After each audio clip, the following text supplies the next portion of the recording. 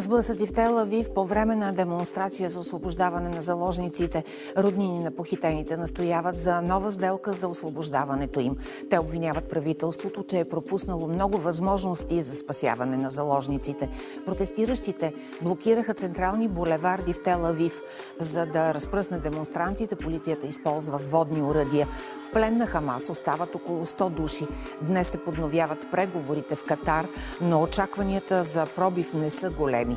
Израелското правителство не приема плана на палестинската групировка, който предвижда заложниците да бъдат освободени срещу палестински затворници, някои от които имат смъртни присъди.